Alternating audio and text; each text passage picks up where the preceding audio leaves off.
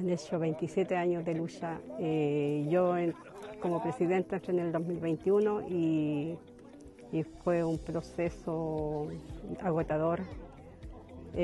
Bueno, nos encontramos con gente que realmente nos apoyaron, nos ayudaron a llegar a esta instancia de que nos compraran las tierras, que con tanto esfuerzo, como les digo, nuevamente luchamos. Estoy feliz por mi comunidad. Nos encontramos en un precioso día acá en la comuna de Victoria, en el sector Selva Oscura, casi ya en los límites con Curacautín, donde acompañamos a la comunidad indígena Pedro Huenchulado, que es un caso especial dentro, obviamente, de la especialidad que vemos en CONADE. ¿Por qué? Porque se trata de la reclamación más antigua cuya compra verificamos el año 2024. Se trata de una reclamación que es del año 1998 y que desde ese momento, su aplicabilidad en 2009 y hoy día la compra, han pasado 27 años.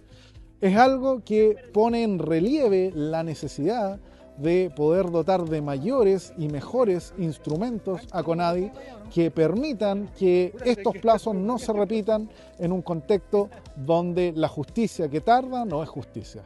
La Comisión Paz y Entendimiento en ese sentido viene a ofrecer un camino de salida a situaciones como esta, donde las esperas son tan largas que quedan Peña y Lamián en el camino y donde desgraciadamente se dan situaciones que permiten que el Estado se aleje de los territorios y se pierdan las confianzas y el diálogo. Hemos hecho un trabajo fino para colocar a las comunidades más antiguas adelante. En esta administración lo estamos logrando y estamos apuntando a todas aquellas situaciones que quedaron otrora soslayadas.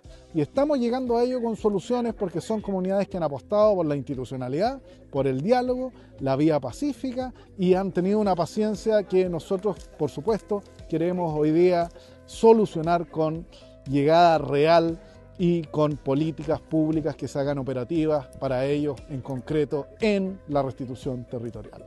La comunidad Pedro Huenchulado adquiere 543 hectáreas que van a permitir un reinicio, un nuevo ciclo en este mes de junio que nos pone a todos muy contentos porque es lo que tiene que suceder en el 20B y todas las comunidades que están en la lista de espera. Muchas gracias. Chaltumay. Gobierno de Chile. Chile avanza contigo.